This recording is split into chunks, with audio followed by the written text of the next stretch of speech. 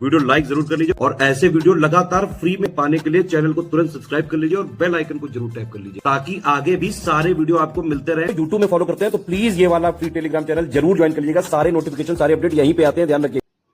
नमस्कार दोस्तों, exam preparation के यूट्यूब चैनल पर मैं प्रियंका एक बार फिर से आप सभी का स्वागत करती हूँ। और आज की क्लास में जो 50 मोस्ट इम्पॉर्टेंट टॉपिक कवर कर रहे हैं उसमें नीति आयोग पढ़ने वाले हैं। इससे पहले जितनी भी पंचवर्षीय योजनाएं हैं वो मैंने करा दी हैं और नीति आयोग से प्रश्न पूछा जाता है, इसलिए ये टॉपिक भी आप कवर करके जाएं। तो इससे पहले कि मैं एक क्लास स्टार्ट करूं, कुछ कोर्सेज से रिलेटेड इन्फॉर्मेशन देना चाहूँगी कि इस चैनल पर जो आप क्लासेस देख रहे हैं वो यूपीपीसीएस प्रीलिम्स को टारगेट करते हुए हैं, लेकिन यूपीपीएससी के द्वारा कराए जा रहे सभी एग्जाम के लिए इम्पॉर्टेंट है क्योंकि टॉपिक वाइज सीरीज है। ठीक है, इसके साथ ही अगर आप पेड कोर्स में इंटरेस्टेड हैं, आप कंप्लीट कोर्स ज्वाइन करना चाहते हैं या फिर यूपीपीसीएस को टारगेट कर रहे हैं प्रीलिम्स वाला एग्जाम और प्रैक्टिस प्लस आप रिवीजन भी साथ में करना चाहते हैं, तो आप यूपीपीसीएस मेंटरशिप प्रोग्राम से जुड़ सकते हैं। उसमें यह 499 का कोर्स है और इसमें आपको हाई शॉर्ट नोट्स के साथ साथ डेली टारगेट्स भी दिए जाते हैं शॉर्ट नोट्स के साथ, क्लासेस के साथ, जो कि आप अपने सब्जेक्ट को कवर करते हुए 30 मॉक टेस्ट भी सॉल्व करेंगे सीसेट प्लस जीएस के। इसमें आपके सारे सब्जेक्ट कवर हो जाएंगे और करंट अफेयर के लिए अलग से क्वेश्चंस हैं, अलग से प्रैक्टिस कराई जाएगी और पीवाईक्यूज भी 10 सालों के जो पीवाईक्यूज हैं वो भी कराए जा रहे हैं। अलग से प्रैक्टिस बैच है, लेकिन ये आपके लिए काफ़ी सूटेबल रहने वाला है क्योंकि एग्जाम टाइम में आपको रिवीजन के लिए कुछ ऐसा चाहिए होता है जैसे कि आप लास्ट टाइम पे आपकी एफिशिएंसी ज़्यादा होती है, आप ज़्यादा चीज़ें गेन कर पाते हैं, ज़्यादा पढ़ पाते हैं क्योंकि आपको उस समय एग्जाम टारगेट कर रहे होते हैं तो आपका फोकस ज़्यादा होता है। इस समय पर आपको ये कोर्स काफ़ी हेल्प कर सकता है कट ऑफ क्वालिफाई करने में। ठीक है, इसके लिए आपको ज्ञानसर कूपन कोड अप्लाई करना हो।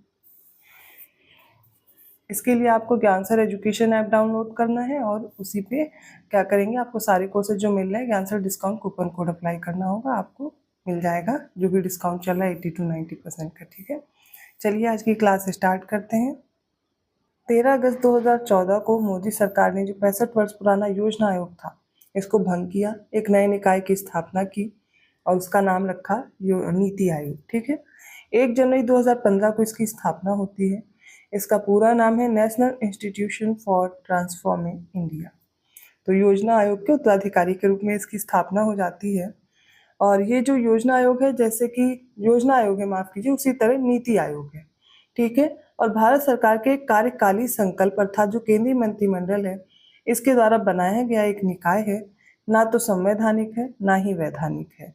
कैसा है फिर ये गैर संवैधानिक निकाय है या संवैधानेतर निकाय है, प्रश्न यहीं से बन सकता है। ठीक है, साथ ही एक गैर वैधानिक अर्थात संसद के किसी अधिनियम द्वारा अधिनियमित नहीं है ये निकाय। ठीक है, तो कोई ये गैर वैधानिक भी नहीं है, तो इसको याद रखेंगे आप, गैर संवैधानिक या संविधानेतर निकाय है। नीति आयोग भारत सरकार की नीति निर्माण का शीर्ष प्रबुद्ध मंडल अथवा थिंक टैंक है जो निदेशकीय और नीतिगत दोनों प्रकार के इनपुट प्रदान करता है। भारत सरकार के लिए रणनीतिक और दीर्घकालीन नीतियों और कार्यक्रमों का प्रकल्प तैयार करते हुए नीति आयोग केंद्र और राज्यों को प्रासंगिक तकनीकी सलाह भी देता है। योजना आयोग युग की पहचान है। नीतियों का केंद्र से राज्य एक तरफा जो प्रवाह होता है, जो कि अब राज्यों के वास्तविक और सतत भागीदारी से प्रतिस्थापित हो गया है। पूर्व के आदेश और नियंत्रण दृष्टिकोण में परिप्रेक्ष्यात्मक बदलाव के रूप में नीति आयोग अब विविध वैचारिक दृष्टिकोणों को संघर्षवादी रुख नहीं अपनाकर सहयोगात्मक स्थिति में समायोजित करता है और संघवाद की भावना के अनुरूप नीति की अपनी नीतिगत सोच भी है। आधार से शीर्ष ना होकर के क्या हो गया, शीर्ष से आधार इसकी एक दृष्टिकोण है। नीति आयोग के 7 स्तंभ बताए गए हैं: प्रो पीपल, प्रोएक्टिविटी, भागीदार, सशक्तिकरण, समावेशन, समानता, पारदर्शिता। तो ये 7 स्तंभ याद रखने हैं: प्रो पीपल और प्रोएक्टिविटी, भागीदारी, सशक्तिकरण, समावेशन, समानता और पारदर्शिता। अगर नीति आयोग के संगठनात्मक ढांचे की बात की जाए तो नीति आयोग का गठन निम्नलिखित निकायों और पदाधिकारियों से होता है। सबसे पहले इसके अध्यक्ष याद कीजिए कौन होते हैं, तो भारत के प्रधानमंत्री नीति आयोग के अध्यक्ष होते हैं।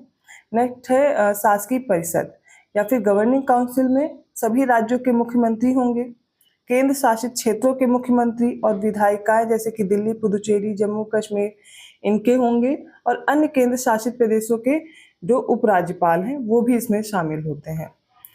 नेक्स्ट है क्षेत्रीय परिषद। तो रीजनल काउंसिल्स क्या होती हैं, इन परिषदों का गठन एक से अधिक राज्यों या क्षेत्रों से संबंधित विशिष्ट मुद्दों के समाधान के लिए किया जाता है।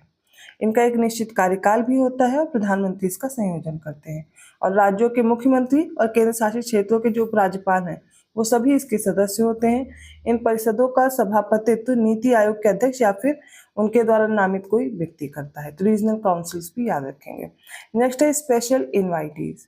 तो विशेषज्ञ, सुविज्ञ, अभ्यासी जिनके पास संबंधित क्षेत्र का अगर कोई विशेष ज्ञान योग्यता वो रखते होंगे तो प्रधानमंत्री द्वारा उन्हें नामित किया जाता है। कुछ पूर्णकालिक जो सदस्य होते हैं, जैसे कि पूर्णकालिक सांगठनिक ढांचे की बात करें तो प्रधानमंत्री के अध्यक्ष होने के अतिरिक्त निम्नलिखित द्वारा इनका गठन भी होता है। तो संगठन कैसे होता है? इसमें उपाध्यक्ष होते हैं, प्रधानमंत्री द्वारा नियुक्त होते हैं और इनका पद कैबिनेट मंत्री के समकक्ष होता है। पूर्णकालिक सदस्य होते हैं, राज्य मंत्री के पद के समकक्ष होते हैं। अंशकालिक सदस्य होते हैं तो उपाध्यक्ष, देखिए एक अध्यक्ष होगा, दूसरा उपाध्यक्ष बनाया जाता है, तो प्रधानमंत्री उसकी नियुक्ति करते हैं लेकिन उसका पद कैबिनेट मंत्री के समकक्ष होगा। पूर्णकालिक सदस्य राज्य मंत्री के पद के समकक्ष होते हैं। जो अंशकालिक है, पार्ट टाइम मेंबर्स हैं, अधिकतम 2, जो कि प्रमुख विश्वविद्यालय, शोध संगठन या अन्य प्रासंगिक संस्थाओं से आते हैं और पदेन सदस्य के रूप में कार्य करते हैं। अंशकालिक सदस्यता चक्रानुमण पर आधारित होती है। नेक्स्ट है पदेन सदस्य, जिसे हम एक्स ऑफिशियो मेंबर बोलते हैं।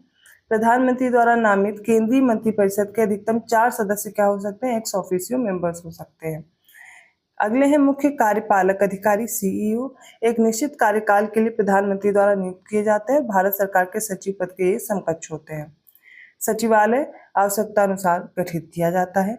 वर्तमान में आपसे पूछा जाए अध्यक्ष कौन है तो वो हैं श्री नरेंद्र मोदी, क्योंकि मैंने आपको बताया नीति आयोग के अध्यक्ष कौन होते हैं? पीएम होते हैं। ठीक है। नेक्स्ट है उपाध्यक्ष श्री सुमन बेरी हैं और मुख्य कार्यकारी अधिकारी BR सुब्रमण्यम अय्यर है। ठीक है, इनका नाम याद रखेंगे। और अगर आपको स्क्रीनशॉट लेना है तो मैं क्लियर कर दे रही हूँ, एक बार आप इसको ज़रूर ले लें और इनको लर्न कर सकते हैं। ठीक है, तो आज की क्लास में हम लोगों ने छोटा टॉपिक है नीति आयोग, लेकिन इम्पॉर्टेंट एग्जाम में पूछा जाता है, इसको कवर किया है। और इससे रिलेटेड अगर आपके स्टेटमेंट या फिर फैक्ट बेस्ड क्वेश्चन बनते हैं तो कंप्लीट हो जाएंगे। वीडियो कैसा लगा कमेंट करके ज़रूर बताइएगा। अगर आपके लिए हेल्पफुल रहा तो लाइक करना मत भूलिए। चैनल को सब्सक्राइब नहीं किया है तो कर लीजिए।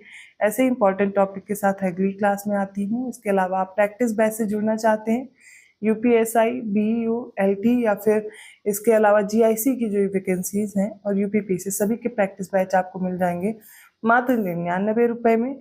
इसमें आप PYQs के साथ साथ जो नए टेस्ट हैं उनको सॉल्व करेंगे, साथ में करंट अफेयर भी कंप्लीट कराई जाएगी। ठीक है, ज़्यादा इन्फॉर्मेशन के लिए आपको ज्ञान सर एजुकेशन ऐप डाउनलोड करना है, उसी में आपके कोर्सेज मिल जाएंगे और जो कूपन कोड है ज्ञान सर डिस्काउंट है। धन्यवाद।